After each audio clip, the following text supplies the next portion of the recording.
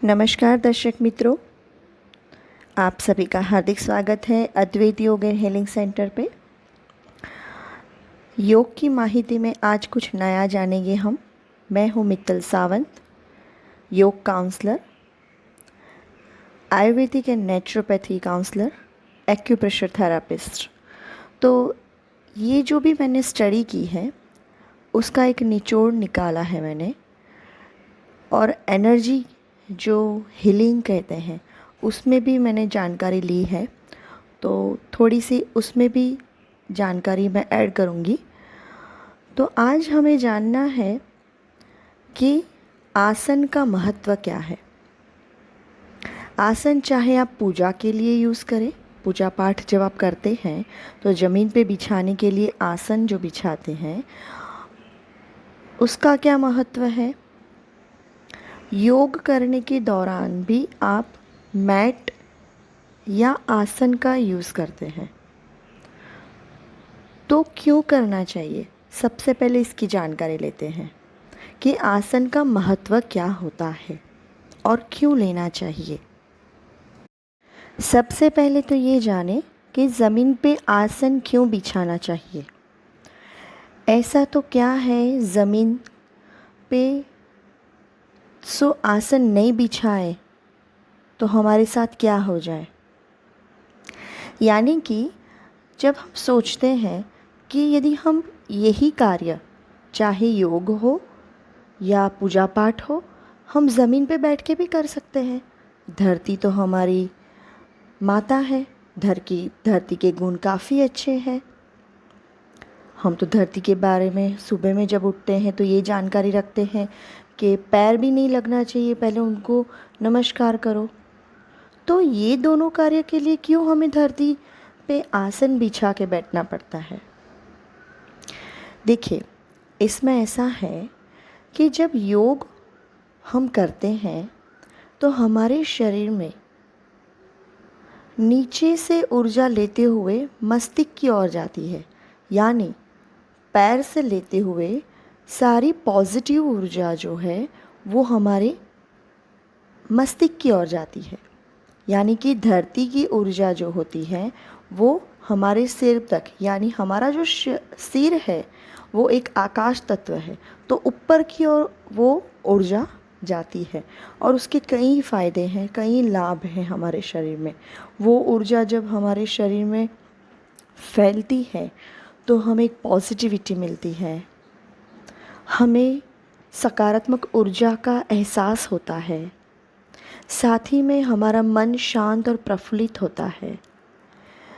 कई ऐसे योग के आसन और प्राणायाम हैं जो हमारी कुंडलिनी शक्ति को जागृत करते हैं, हमारे 7 चक्र को बैलेंस करती है। ये जो सारी ऊर्जा है वो हमारे शरीर में ही काफ़ी देर तक बनी रहे, इसीलिए हम आसन का उपयोग करते हैं। तो धरती क्या करती है, ये ऊर्जा को धरती क्या करती है यदि हम आसन नहीं लेते तो। जाने, धरती का गुण है कोई भी प्रकार की ऊर्जा को अपने अंदर ले लेना, समाहित कर लेना, चाहे वो पॉजिटिव ऊर्जा हो या फिर नेगेटिव ऊर्जा हो। धरती का गुण है एब्जॉर्ब करना, अंदर कुछ ना कुछ अपने अंदर समा लेना, खींच लेना। और जब हम योग और प्राणायाम, आसन, ये सारे जो क्रिया करते हैं तब हमारे शरीर में एक सकारात्मक ऊर्जा अपने आप बनना शुरू हो जाती है, शरीर एनर्जेटिक हो जाता है। तो उस दौरान बस हमें इतना ही ध्यान रखना है कि ज़मीन पे यदि हम मैट, योग का आसन बिछाते हैं तो हमें उसके काफ़ी फ़ायदे मिलते हैं कि हमारी ऊर्जा हमारे शरीर में ही बनी रहती है। भाई, दूसरा प्रश्न ये है, योग में ज़्यादातर लोग कौन सा आसन यूज़ करें। हमें आसन की जानकारी रखनी चाहिए। जैसे कि योग की मैट होती है उसमें रबर यूज़ किया जाता है, ठीक है। रिसाइकलिंग किया हुआ रबर यूज़ किया जाता है जिसमें सिंथेटिक होता है और काफ़ी ऐसे जैसे मिक्सिंग किए हुए पदार्थ होते हैं जिससे ये योग की मैट बनती है। मैं विरुद्ध नहीं करती योग के मैट के बारे में, बट रबर से बनी हुई जो योग की मैट है वो हमें ऊर्जा प्रदान नहीं करती है।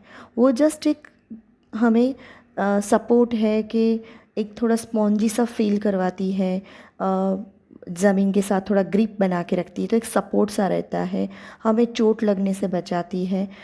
वैसे इस तरह से हमें प्रोटेक्शन देती है। पर जब हम ऊर्जा की बात करें तो वो ऊर्जा हमारी हमें नहीं दे सकती है। यानी कि आसन में हमारे योग की जो प्राणायाम की जो ऊर्जा होती है वो उसमें स्टोर करके नहीं रखती है।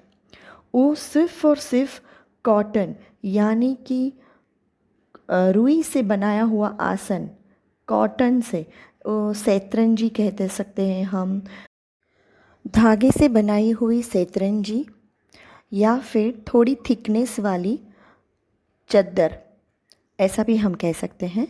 तो उसका यदि प्रयोग किया जाए तो आपको आपकी खुद की ऊर्जा उसमें आप समाहित कर सकते हैं।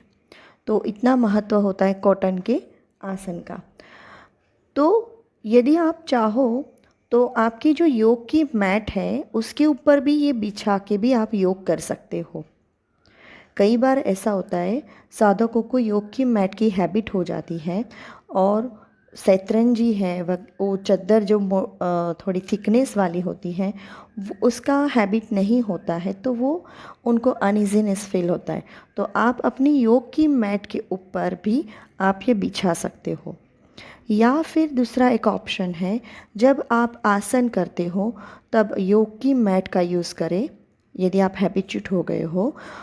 फिर उसके बाद जब आप कपालभाति प्राणायाम वगैरह जब करते हो, मेडिटेशन करते हो, तब आप वही योग की मैट के ऊपर रुई से बुनी हुई आसन, सैतरंजी वगैरह जो भी आप लेना चाहते हो वो उसके ऊपर लेके आप बैठो। तो आपको प्राणायाम की ऊर्जा, ध्यान यानी कि मेडिटेशन जो आप करते हो उसकी ऊर्जा उस योग की सैतरंजी में रहेगी या फिर वो थिक चद्दर होती है उसके अंदर रहेगी और उसी से काफ़ी फ़ायदे मिलते हैं। तो वो कॉटन के आसन का फ़ायदा क्या है? क्वेश्चन नंबर 3 है हमारा। तो सबसे पहले जानिए, आसन का महत्व ये है कि ऊर्जा हमारी समाहित करता है, पॉजिटिव ऊर्जा। तो वो आसन हम और किस कार्य में यूज़ कर सकते हैं? तो उस आसन को हम कहीं पे भी लेके जाएं तो हम खुद के लिए ही उपयोग कर सकते हैं, किसी और के लिए नहीं।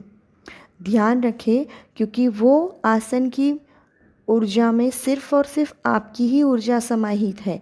तो आप अपनी ऊर्जा को किसी के साथ साझा ना करें, यानी कि शेयर ना करें। अपनी ऊर्जा खुद के पास ही रखें। मैंने पहले ही बताया था आपको कि हीलिंग की थोड़ी जानकारी के कारण भी मैं इसमें ऐड कर रही हूँ कि हमारे शरीर की जो ऊर्जा होती है वो हमारे खुद की होती है, वो हमें कहीं ना कहीं हमें ही फ़ायदेमंद रहती है।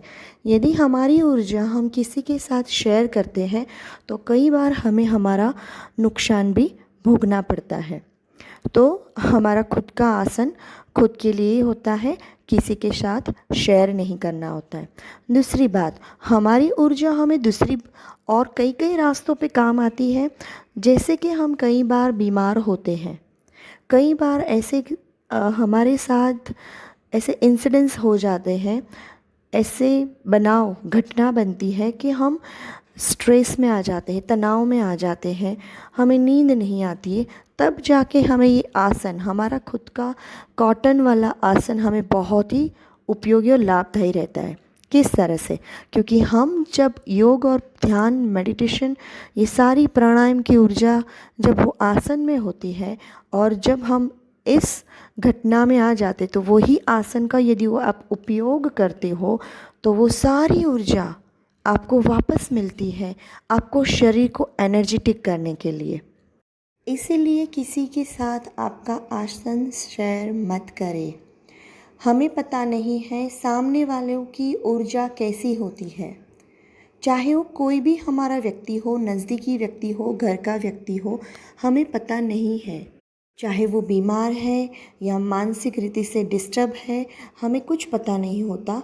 तो इसीलिए बार बार कह रही हूँ, किसी के साथ अपनी आसन की ऊर्जा को शेयर मत करें, वो खुद के पास रखें। क्योंकि उनके पास यदि टेंशन है, स्ट्रेस है, तो वो आपकी आसन की ऊर्जा को नुकसान पहुंचा सकते हैं और उनकी ऊर्जा फिर वो आपके आसन में आ जाएगी, तो वो आसन फिर आपके लिए कोई काम का नहीं रहेगा। तो इसीलिए कह रही हूँ, आपके आसन की ऊर्जा आपके पास रहनी चाहिए। और यही आसन को आप अपने सिरहाने के नीचे रख के सो सकते हो, बिछा के उसके ऊपर आप सो सकते हो, ज़मीन पे बिछा के भी सो सकते हो। कहीं पे भी आप जाओ बाहर घूमने, जहाँ आध्यात्मिक जगह है, वहाँ जाके यदि आपको ध्यान करना है, योग करना है, तो भी आप उसको आपके साथ लेके जा सकते हो, उसका उपयोग कर सकते हो। तो आसन के वैसे तो बहुत काफ़ी सारे फ़ायदे हैं। आप इसको सुनने से नहीं होगा, करने से होगा, महसूस होगा। तो आप ये ज़रूर करें। और योग में अभी आप नए नए हैं तो ये नियम जानना काफ़ी ज़रूरी है कि योग करने से पहले, प्राणायाम करने से पहले आसन की महत्वता क्या होती है। आशा रखती हूँ आपको ये वीडियो बहुत ही पसंद आया होगा। और आजकल योग की बहुत ही मात्रा बढ़ गई है। हर घर घर में योग है, हर घर घर में हर एक व्यक्ति योग कर रहे हैं और करना ही चाहिए। तो ये भी जानकारी उन सब के साथ शेयर हो, इसलिए मैं आप सभी को एक नम्र विनंती करती हूँ, ये वीडियो ज़्यादा से ज़्यादा शेयर करें, लाइक करें और सब्सक्राइब भी करें। मेरे चैनल को सब्सक्राइब करने से काफ़ी आपको ये सारी नई जानकारी मिलती रहेगी, तो आप अपने आप को अपडेट करें। Thank you so much. नमस्कार।